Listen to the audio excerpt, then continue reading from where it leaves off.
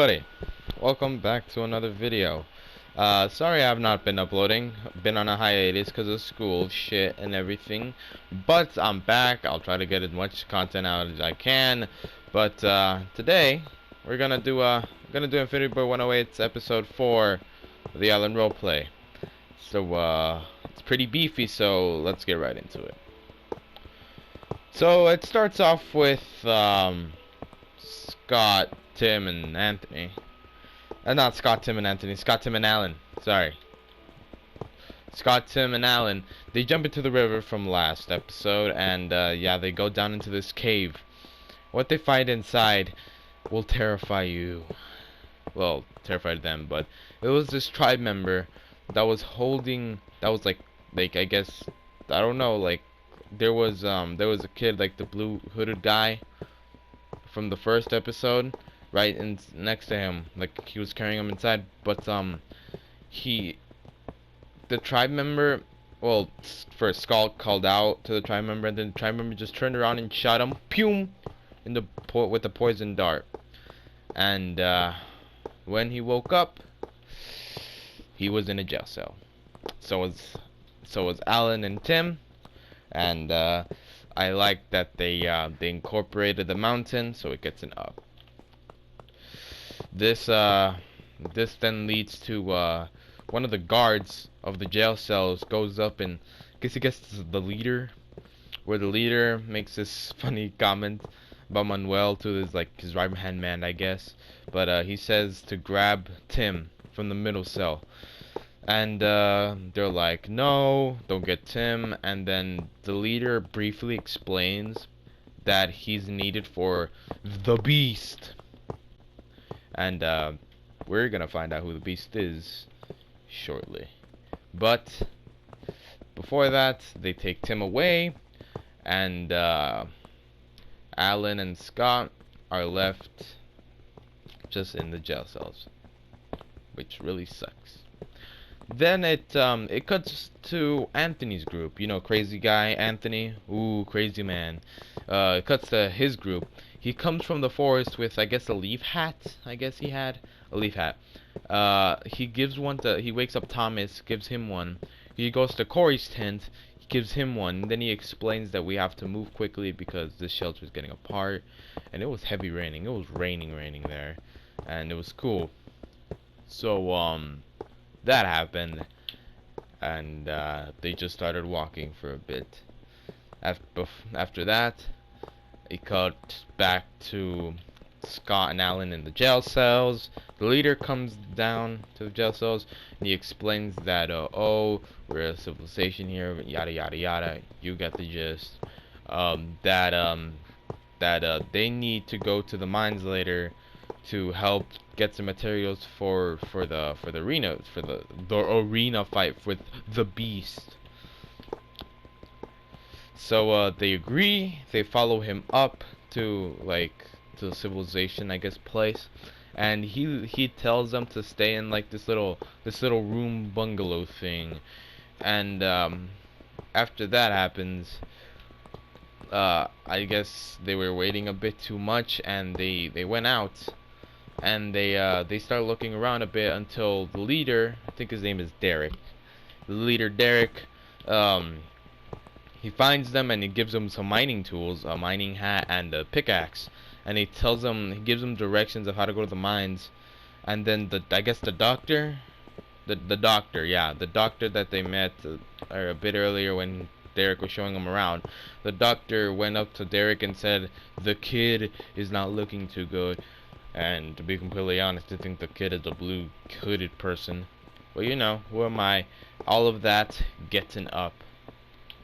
So when that happens, Scott and Alan go down to the mines, and once they're down in the mines, they speak to like this miner guy, and he explains that that happens, and they go and they mine for a bit, and then it cuts back to Anthony's group, and they stop for a bit under a tree to rest. And then Thomas, you know, Thomas is like the one that has the most sympathy for them. Thomas comes in and he's like, whoa, what about them? I hope they're okay. And Anthony did not take too kindly to this. He literally held his machete up to his throat and said, "If I ever hear you talk sympathy to them again, I'll kill you." Well, I guess that's what he meant. And then they went on their way and they started walking again.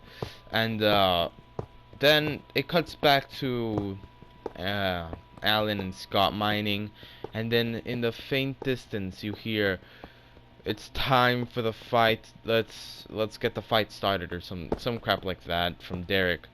And before that, like, Derek was explaining. I cut to Derek with this cool cinematic shot. It cut to Derek like introducing everybody, like introducing like the arena fight thing.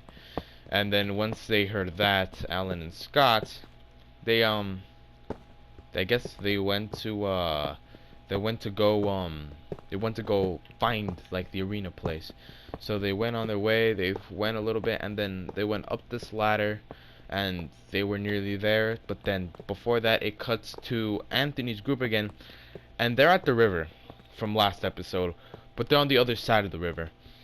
And Anthony finds this, I guess, this kelp type thing, this kelp, and he tells them to get the kelp and to yeah, to like, because they can cook it, he said, because he was in Boy Scouts or camping. And then in the faint, in like the corner of his eye, Thomas spots the cave, and Anthony was like, "Good find, Thomas, let's go." And as soon as like they started walking towards the cave, it cuts back to Scott and Alan. They arrive at the arena, and they help. They jump inside the arena cage, like the arena place, and they help Scott kill the beast, which was a zombie hoglin. That guy, oof. But they killed him, and you know, I don't know why, but Derek allowed it. I don't think that's typical, but you know, Derek seems like the nice, crazy guy. I don't know, but yeah, he allowed it, and then he asked the right-hand man to take the Scott, not Tim and Alan, to the rooms, and then he pulled Scott aside and told him that the tribe member that he got shot by earlier, he knows the only way to get off this island, and he told him if he wants to get off of it, then he's gonna have to talk to the tribe member. And then they go walking towards the their rooms, and then the final scene is the creepiest and the weirdest one of them all, because I don't know what I want to watch again. I want to keep on watching. I want this to be like done so I can rewatch it for things. But they keep on going, and then it cuts back to Anthony's group, and they're walking, and then I guess a guard from the cave, like pointing a bow and arrow at Anthony, and Anthony just goes berserk and kills the bloody man, just waylaying into him, and he kills him. He gets his bow, and since he doesn't like Thomas, he told Corey, "Here you go, here's a bow and arrow," and Corey was like, "Okay, thank you," and then Thomas was just, "Let's go." Then Anthony just went ahead. He got on top of like a mini tree hanging from the side of like the area, side of the beach, and then he just told them to jump in. They all jump in, and the final shot is them swimming towards the cave. And I don't know about you, but all of that gets an up. Well, it gets technically 2 ups. But you know, here's the thing that bothers me a little bit. There was too many cuts. But for that I have to get it down. Too many cuts. But I loved everything else. So that happened. Alright. Now we're done. Now let me explain my hiatus. There's only one word to explain it. School. Alright, thank you all for watching this horrendous video. Glad I'm back.